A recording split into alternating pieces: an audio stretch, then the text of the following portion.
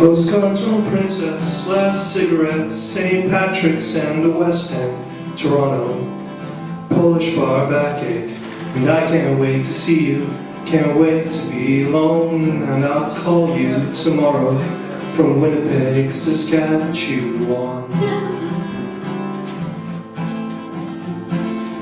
The drunken wine is keeping me asleep, and they're changing the channels on my TV, and I've forgotten all the pretty lies that used to come so easily to mind.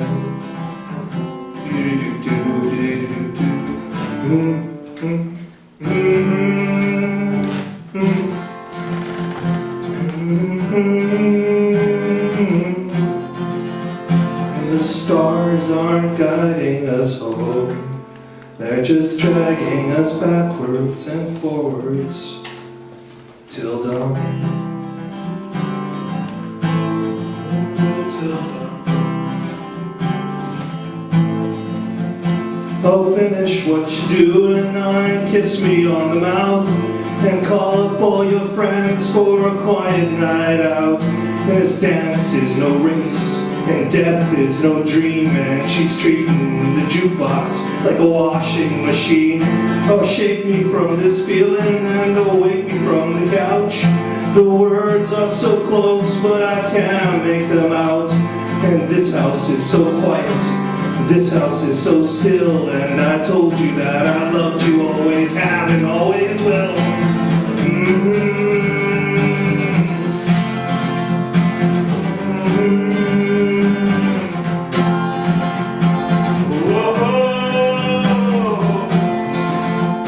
And the stars aren't guiding us home, they're just dragging us backwards and forwards till dawn. Oh, till dawn. Oh, till dawn.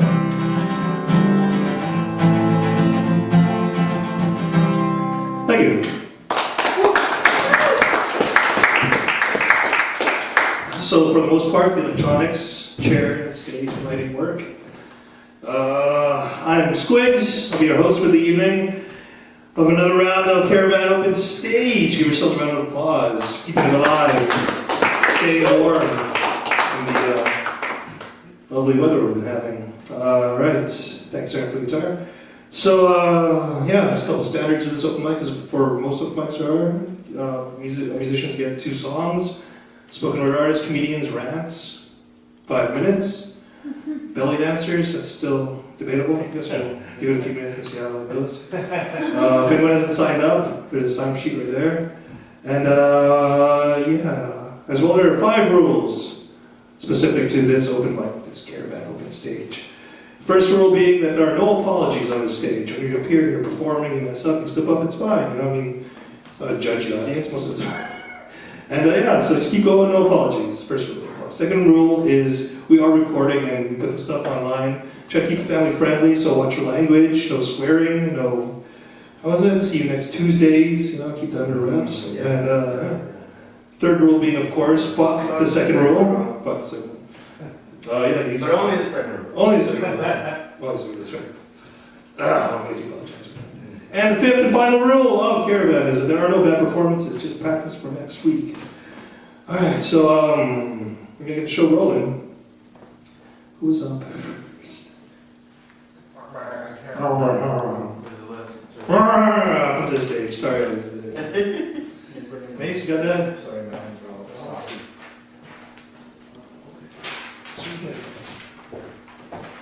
The person who technically didn't want to go first. Oh, it's the person who didn't want to go first. Oh, this person, do you know who you are? I know who you are now.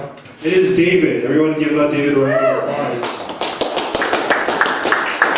So he performed first, so he's not really. Yeah, no, technically it was Renal first, right, Dave? I mean, It's okay. you have to think of it that way.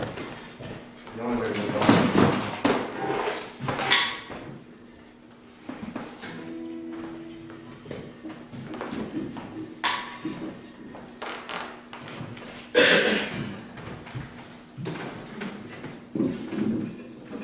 Two poems by B.H. Fairchild from his 1999 book, The Art of the Lathe, the first airlifting horses.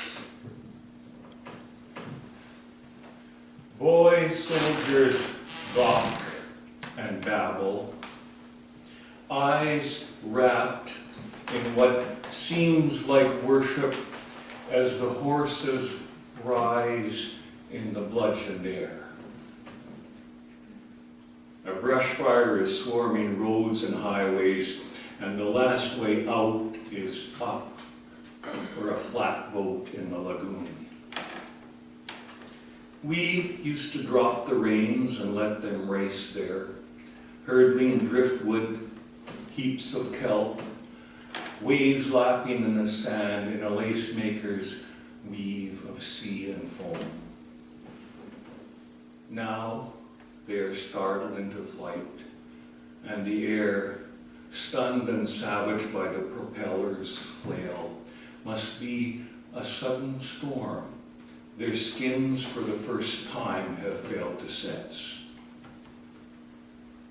Cowering beneath the blades, we have cradled them like babies, strapped them in slings strong enough to lug trucks, and their silence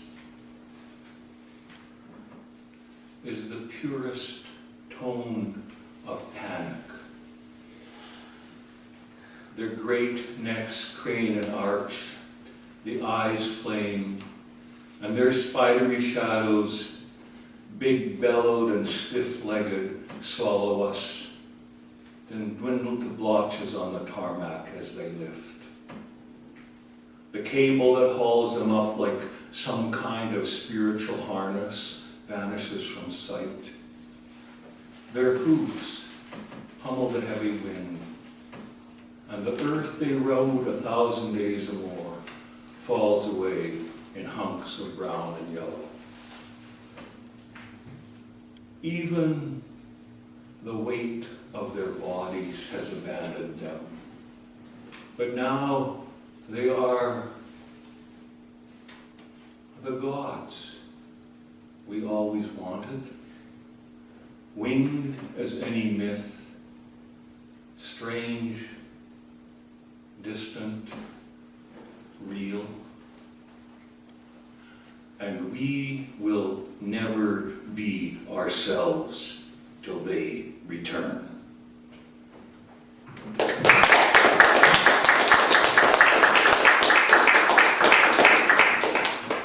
And the second poem is called Keats. I fall to pieces each time that I say your name.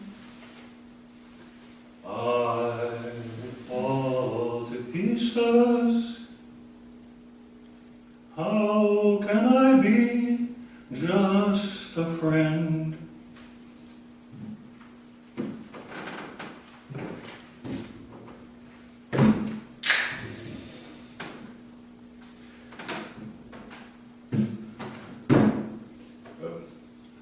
I knew him.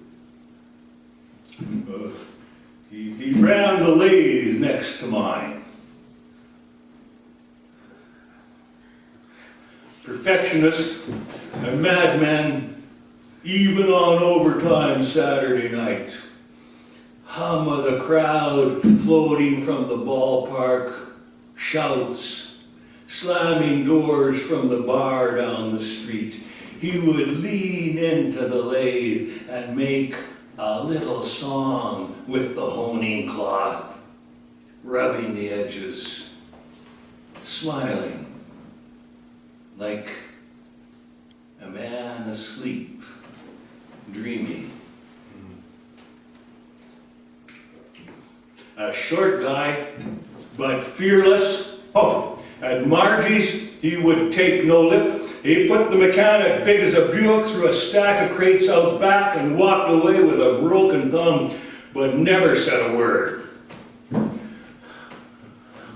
Marge was a loud, dirty girl with booze breath and bad manners. He loved her. One night, late, I saw them in the kitchen dancing something like a rumba to the radio. They had dish towels wrapped around their heads like swamis. Their laughter chimed rich as brass rivets rolling down a tin roof. But it was the work that kept him out of fights. And I remember the red hair flaming beneath the light, calipers measuring out the last cup, his hands flicking iron bars like shooting stars through the shadows. It was the iron, cut to a perfect fit, smooth as bone china and gleaming under lamplight, that made him stand back. He'd take out a smoke and sing. I fall to pieces.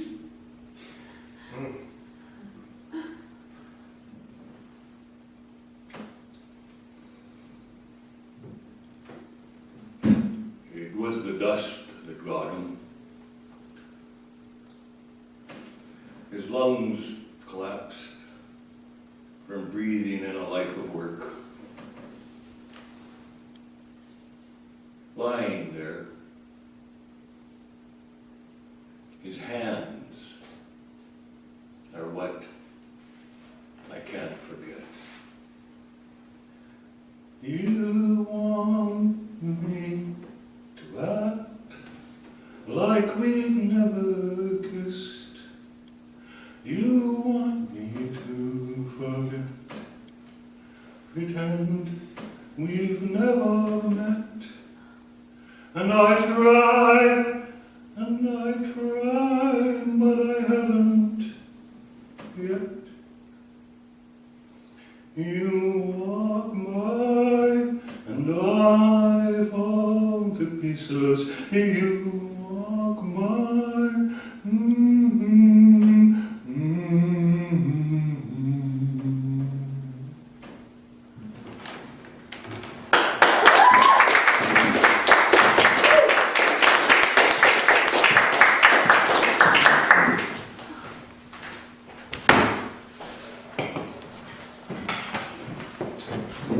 How do you pronounce your last name? Stubble. Stubble. David Stubble, everybody. It's quite beautiful. Spoken word, or performance poetry. Thank you. All right. What a great way to start off the evening. Next up, we have Justin Kozak, I believe? Kozak. Everyone welcome to the stage, Justin Kozak.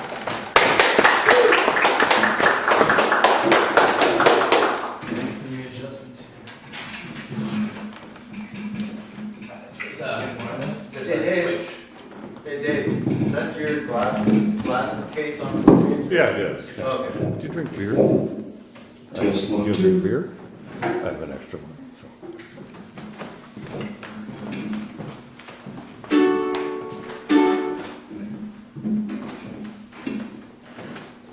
Ooh, testing, testing, testing, testing. 1, 2, 3. Sounds good? How does that sound? More or less of anything? That's good, yeah? Yeah. Okay, cool. Thank you very much. This is my first time here, and I would love to, thank you very much, share a special hobby of mine, and that is of songwriting. And I like songwriting for two reasons. The first reason is its ability to tell a story. And I also like the way that it can capture a feeling in just a few short minutes. So this is actually a collection of short stories about a common feeling I think you can all relate to. And it was born in Montreal, so I call it Je me souviens.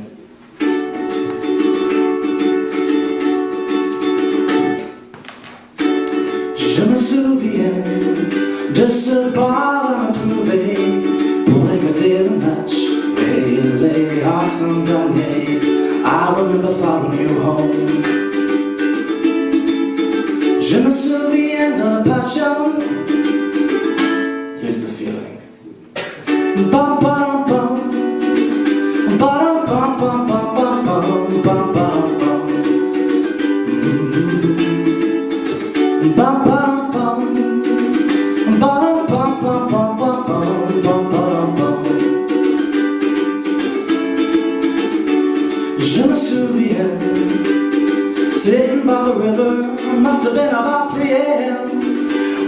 finally kissed you, I remember taking that cab. You had your tongue in my ear, so I brought you to a childhood park that I hadn't been to in many years.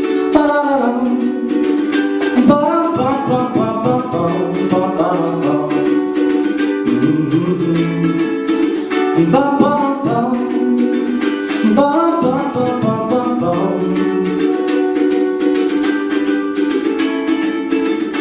Je me souviens de mon 22e anniversaire, ivre comme un tigre, sur la piste je me sentais fier. J'ai décidé de te prendre chez moi,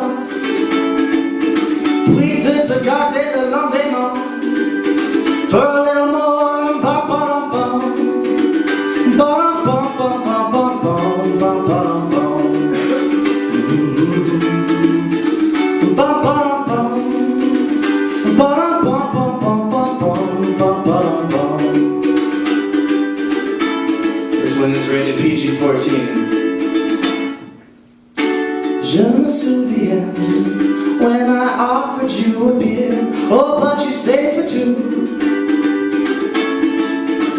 I guess I had you thirsty for some more, because I had you coming in my back door. Whoa, ba-ba-dum-bum, ba-dum-bum-bum-bum-bum, ba-ba-dum-bum-bum-bum, ba-dum-bum-bum-bum-bum. C'est ça dont je me souviens. Merci.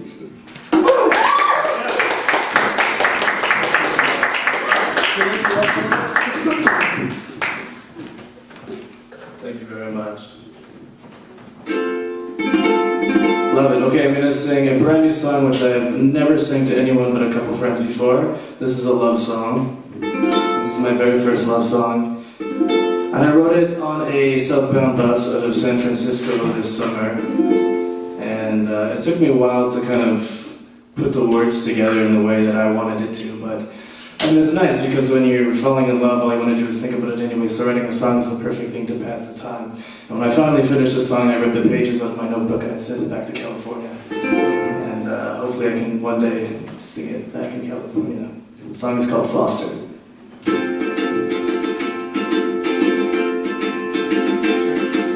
I don't think I even knew your name when we left that bar. You were just an Oakland boy on that Golden Castro night.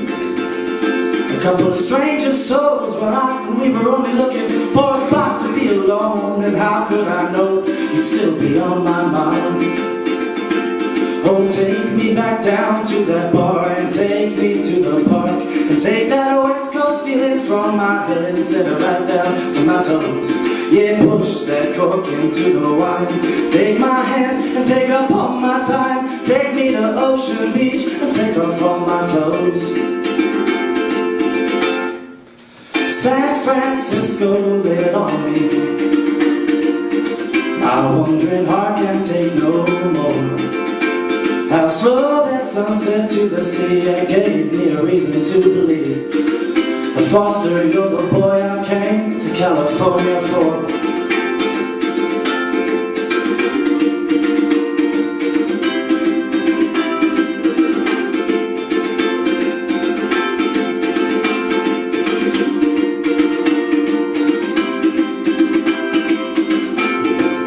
I found something to hold on to. I saw it there in that open dream of Brooklyn nights. Your strange, familiar soul really caught me by surprise. Leave it to the long abiding California drought to bring that perfect storm upon me, which I held behind my southbound eyes, and it drowned my jaded mind. Maybe it was just that we knew when tomorrow came again that I'd be on my way. But goddamn, I declare that I could have sat upon that hill until that golden city finally washed into the bay. San Francisco lit on me. My days of wondering are no more. So kiss me slowly one more time and blow this picture in my mind. Foster, you're the boy I came to California for.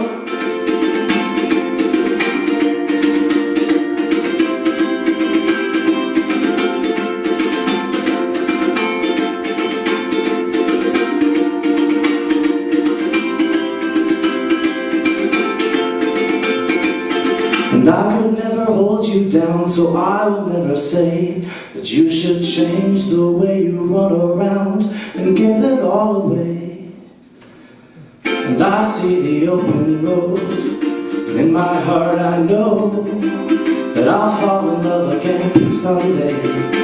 But oh, it brings me peace of mind just to know that somewhere down that line the sun will fall again upon my golden California boy. And before I take that road, Foster, I want you to know that when I got down to LA, I cried myself to sleep with joy. San Francisco lit on me, my wandering heart has been set free. So keep me in your open dreams and I'll come back, my sweet release, yeah. Foster, you're the boy I came to California for.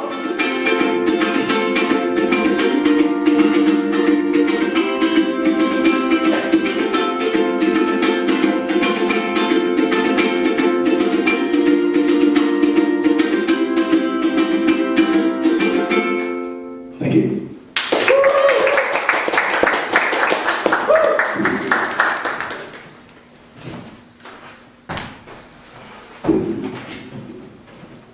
Just goes like everybody. It's first time. That's what the-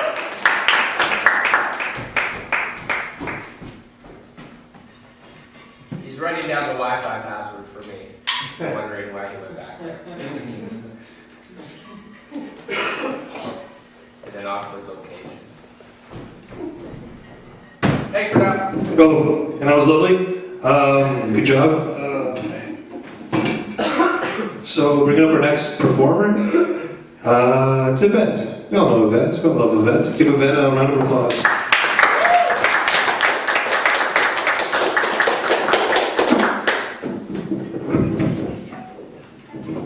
So hi everybody. I haven't been here for a while. I'm happy to be here tonight.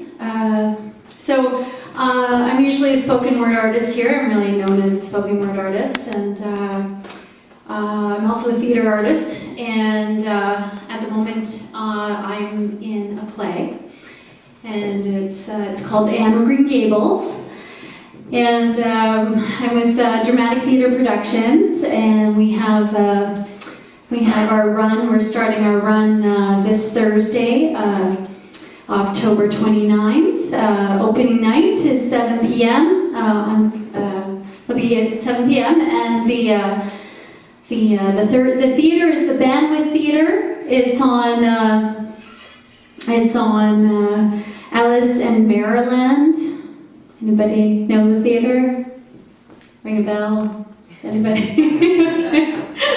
So yeah, anyway, I just thought I'd use this time to plug my show, and I did want to do a little excerpt from Act 1 and Act 2 of my character. I play Mrs. Barry, who is the mother of Diana Barry, who is the best friend of Anne Shirley. And there's this wonderful little scene where I have the chance to catch my daughter getting drunk with her best friend, her kindred spirit best friend. And so if you recall, if anyone knows the story, Anne Shirley mistakenly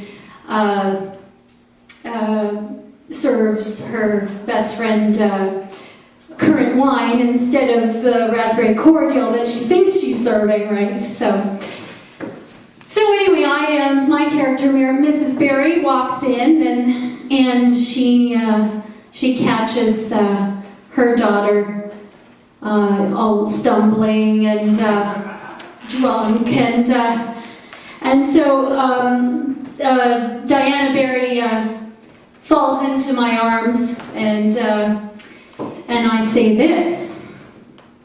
Okay. Diana. And then I smell her breath. Diana Barry. Liquor. Anne Shirley, you're responsible for this? I always knew that you were a thoroughly bad, wicked girl, and I shall never permit my daughter to play with you again. So that's in Act 1. And come along, Diana. And Act 2, there's another scene where Anne Shirley actually redeems herself from that terrible little scene where she gets her daughter drunk, and she saves the life of her croup, the child, Mrs. Barry's child, the sister Minnie May of Diana Barry, and she's sick with croup and nearly breathing, not even breathing.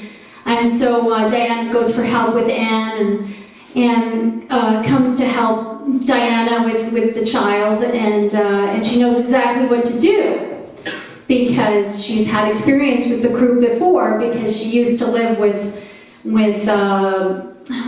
Hammond. Mrs. Hammond had 3 sets of twins that all had croup. And so she had this experience with croup, so she knew exactly what to do.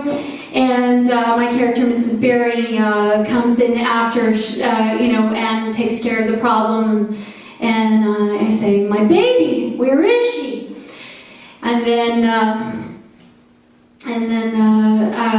my character says, "Oh, I went to go check on her, and the baby's fine." And I say, "Oh, Anne, what can I say to you? You saved my baby. I'm so very ashamed of the way I've treated you. And I know now that you could have never meant to have gotten my Diana drunk. Please forgive me. There is no way I can thank you enough." So that was Mrs. Barry in Anne of Green Gables. And so we have our opening night on Thursday, the 29th. And then Friday there's 2 shows, one at 1 o'clock and 7 o'clock. And Saturday there's a show 10:30 and 1 o'clock. So please invite your friends, relatives, enemies, whoever wants to enjoy this beautiful Canadian classic. It's an excellent cast and fantastically cast. Anne is perfect for the role, the actress playing Anne, and it's just an excellent cast, and it's just been an amazing, awe-inspiring experience. So I invite you all to come and experience it. All right, thank you.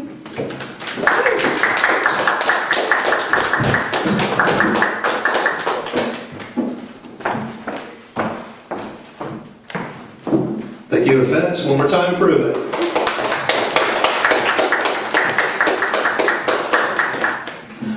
All right, and next up we have Sarah coming to the stage. You ready to go?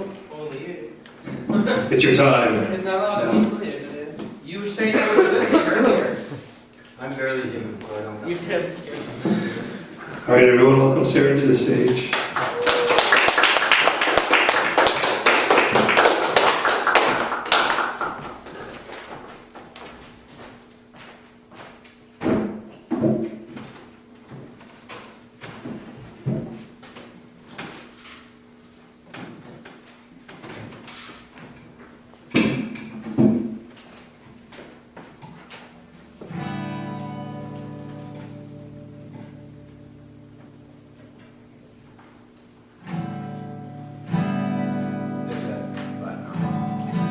That's on, eh?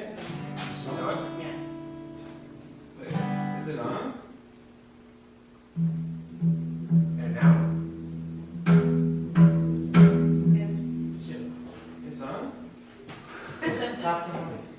Okay, cool. I was just checking. I'm gonna play this song. It's a Defiance, Ohio song called Calling All Friends. I don't know, I just have it in my head right now, so.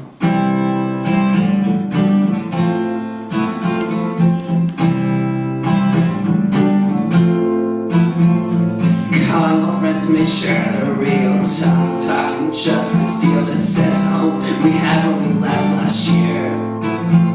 Distance is just numbers on a dashboard, slow sinking as the transmission stuttering with fears. Remember when you whispered in my ear all the things we're never supposed to hear. Kids tighten up to start the golden year. The picture changes day by day, but the outcome's not so clear.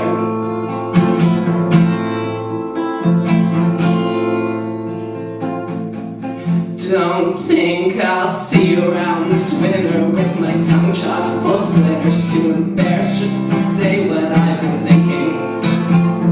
Hope keeps on afloat, but for me it's no lifeboat. The harder I hold on, the deeper that I'm sinking. To put my finger on it, but I gave it my whole arm. Reached out with good intentions, but it only did more harm. Alone since the day we're born. See someone to some sutures in the places that were torn.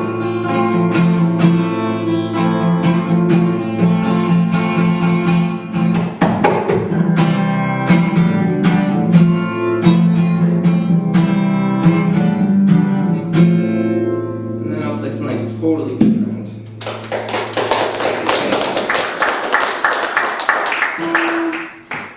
I have tendonitis, so I'm not supposed to be playing guitar, but it's been feeling better lately, so we'll see.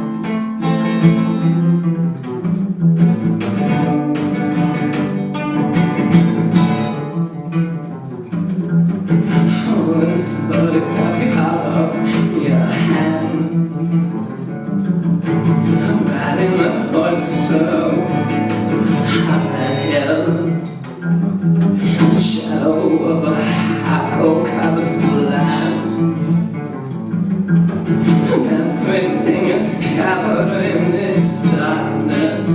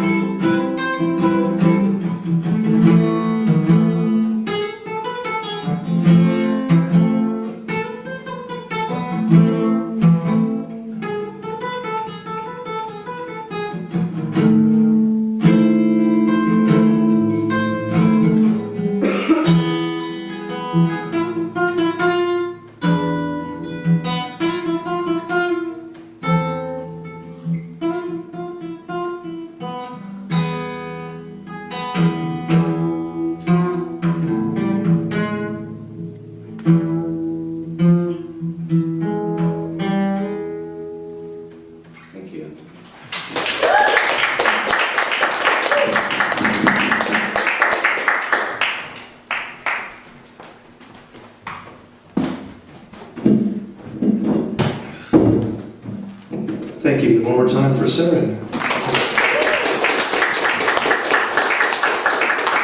Really good. we're gonna have a break, essentially 10 minutes. But before we go out, we have a special treat. A lovely local artist, Rianne, has some of her artwork outside there on the table. So we'll give that a gander, check it out. I believe they are for sale, is that correct? Yeah. Yes. As well, there's a phone somewhere around here that's still mine, even though I don't know where it is. It's a black Samsung. So if you don't want to keep an eye out or something, I'll see you guys back in 10 minutes.